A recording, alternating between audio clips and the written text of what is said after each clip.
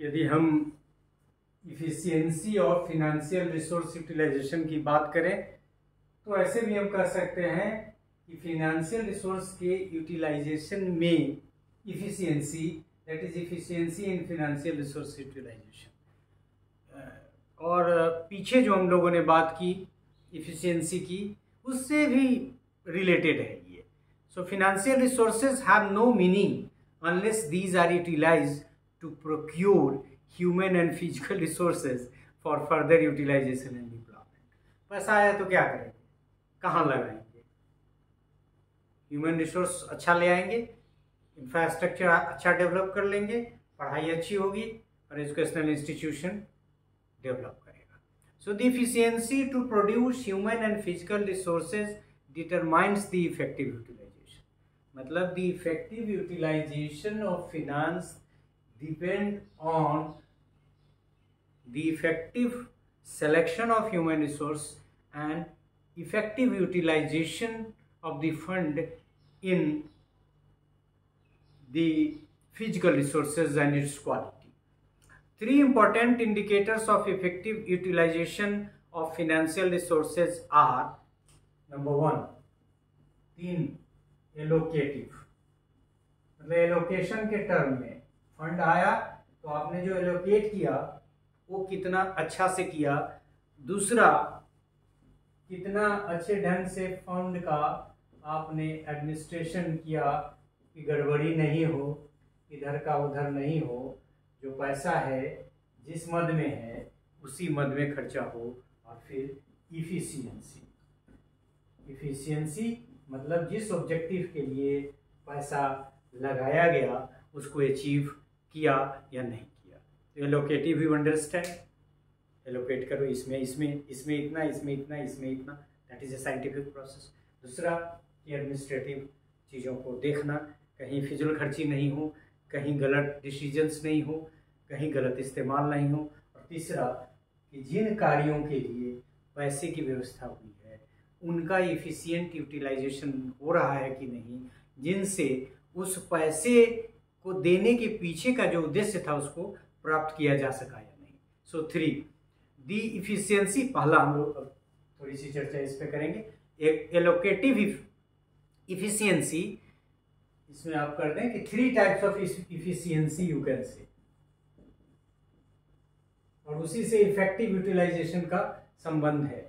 Efficiency of financial resources utilisation, यदि efficient है, allocative efficiency, administrative efficiency और efficiency खुद अपने आप में इफिशियंटली हो यदि किया गया है, इफिशियंसी को भी इफिशियंटली मैनेज किया गया है तो फंड जो है वो इफिशियंटली यूटिलाइज्ड हो रहा है, ऐसा हम लोग कह सकते हैं। So the allocative efficiency is related to the efficiency of financial resources to achieve the institutional goals depends on how resources are allocated. The ratio of proportion of expenditure, कितना किसको, administrative expenditure, teachers, teaching aids, procurement of facilities, maintenance of facilities and the like, it indicates the allocative efficiency of the financial resources. तो इसका मतलब यह है कि किस मद में कितना देंगे, कैसे एलोकेट करेंगे। जैसे मुझको याद आ रहा है कि नैक के क्रम में जब पटना ट्रेनिंग कॉलेज को फंडिंग होनी थी तो उसमें हमने बहुत रिक्वेस्ट किया था, उनका जो प्लान का था वो शायद आई डोंट एग्जैक्टली रिमेंबर कि जो टोटल आपको अमाउंट मिल रहा है इतना परसेंट इसमें, इतना परसेंट इसमें, इतना परसेंट इसमें। मैंने उसको उनको से रिक्वेस्ट किया था एज आई कैन रिकॉल कि आप बिल्डिंग मद में हमको ज़्यादा दे दीजिए। कुछ नियम थे, अब कैसे हो पाया नहीं हो पाया दैट आई डोंट नो, लेकिन हमने इसके लिए प्रयास किया था। मतलब उनके अपने एक नियम बने होते हैं और आपको भी एलोकेट करना पड़ता है, क्योंकि फंड जो मिलता है एजुकेशनल इंस्टीट्यूशन को एक में नहीं कई तरह के कार्यों के लिए मिलता है, तो उनका एलोकेशन, और यदि एक ही काम के लिए मिलता है तो उसमें भी कई तरह से एलोकेशन की बात होती है। सो यहाँ हमने आपको कहा कि एलोकेटिव इफिशियंसी में एक तो रेशियो प्रोपोर्शन, दूसरा एडमिनिस्ट्रेटिव एक्सपेंडिचर में कितना होगा, टीचर में कितना खर्च होगा, टीचिंग एड यदि खरीदना है तो उसमें कितना होगा, और भी कोई फैसिलिटीज़ प्रोक्योर करनी है उसमें मद में कितना होगा, फिर मेंटेनेंस में कितना जाएगा। मेंटेनेंस का अलग ग्रांट ही होता है। कंप्यूटर आपके पास है तो मेंटेन कैसे होगा, उसमें बहुत सारे खर्च होते हैं, वो रेगुलर है, तो उसके लिए मेंटेनेंस ग्रांट भी आपके फंड में होते हैं। The like indicates the allocative efficiency of the financial resources. तो एलोकेटिव इफिशियंसी आप समझ गए कि हर मद में मद के अनुसार, आवश्यकता के अनुसार दोनों के बीच में एक इंटीग्रेशन के आधार पर निर्णय लेते। दूसरा है आपका एडमिनिस्ट्रेटिव। एडमिनिस्ट्रेटिव आप कर दीजिए इसको, एडमिनिस्ट्रेशन नहीं, administrative efficiency. So administrative efficiency, the efficiency shown by the administration in the spending money determines the effective utilization of financial resources. Administrative efficiency or efficiency is reflected through various indicators including overspending. अब पैसा कम है, ज़्यादा खर्चा आपने कर लिया, तब आएगा कहाँ से? Budgetary deficit. अब यहाँ आपको डिफिसिट हो गया तो पैसा कहाँ से आएगा? वैसे है कि आप अपने एजुकेशनल इंस्टीट्यूशन में हायर अथॉरिटी से परमिशन लेके कि इतना ही फंड है, इतना बजट बढ़ गया है, अब उसमें, लेकिन वो प्रक्रिया एक लंबी हो जाती है और फिर कठिनाई आती है। डाइवर्शन, अब इस मद में मिला है, हम इसमें खर्च करना चाहते हैं। Refunds of funds from one activity to another, उसमें नहीं लेके हम आपको इसमें ट्रांसफर कर दीजिए। Procurement delays, refunds of funds due to inability to spend in the stipulated time or financial year, delay in completion of tasks or projects and the like। मतलब delay करेंगे तो क्या होगा, उसमें कॉस्ट बढ़ जाएगा। तो ये सब जो कठिनाई है, यदि जो पैसा आया है उसका एडमिनिस्ट्रेटर या एडमिनिस्ट्रेटिव जो यूज़ है वो ठीक से नहीं हुआ, तो फिर जिस काम के लिए पैसा मिला वो आधा अधूरा काम होगा। कोई अभी बहुत सारे केसेस हैं यूनिवर्सिटी में पड़े हुए कि बिल्डिंग का पैसा भी खत्म हो गया और बिल्डिंग यहीं तक बनी। So the third one is efficiency of funding mechanism. Efficiency of, यहाँ इफिशियंसी नहीं लिखे, फंडिंग मैकेनिज्म, मतलब कैसे हम लोग फंड करते हैं,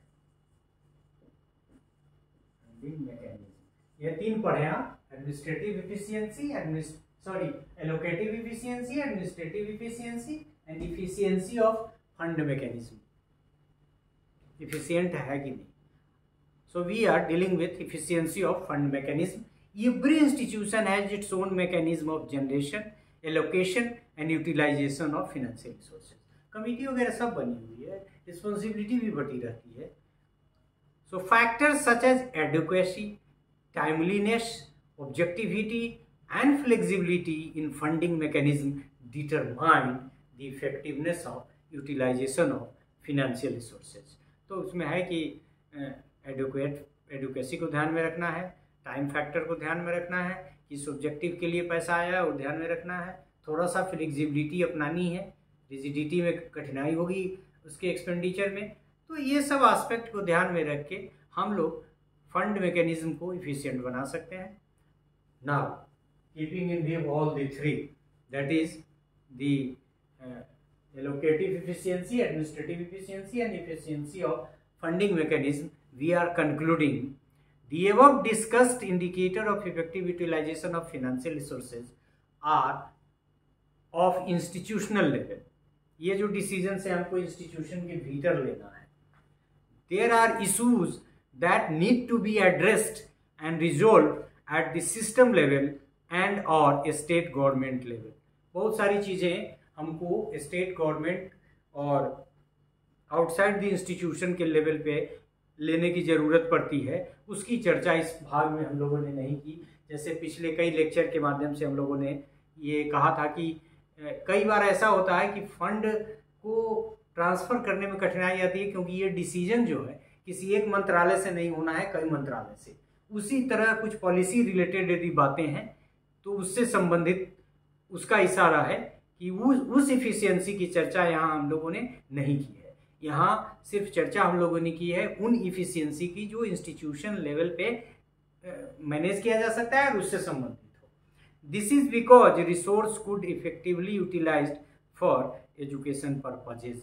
और इसकी चर्चा हम लोग जो beyond the capacity of an institution है और वो efficiency of financial resource utilisation को इन्फ्लुएंस करता है, उसकी चर्चा हम लोग दूसरे पार्ट में करेंगे। तो इस पार्ट में हम लोगों ने इफिशियंसी ऑफ फाइनेंशियल रिसोर्स के यूटिलाइजेशन पे बात की और देखा कि ये डिपेंड करता है कि आप कितना इफिशियंटली एलोकेट करते हैं फंड को, एडमिनिस्ट्रेटिव इफिशियंसी कितनी है ताकि समय पे काम हो, ढंग से काम हो, जिस मद के लिए पैसा है उसी में लगे, और फिर ये इफिशियंसी ऑफ फंडिंग मैकेनिज्म, आपका जो फंड बचा हुआ है, एक तैयारी बची हुई है, जिसमें हम लोगों ने वहाँ कंटीजेंसी बजट या प्लान की बात की थी, बनाया है, आपने एक्सरसाइज करके रखा है कि यदि इफ बट कुछ होगा तो हम क्या कर सकते हैं। So this is all about this part of the lecture in which we discussed about the efficiency for financial utilization, of course limited to the institutional level only. Thank you for this part.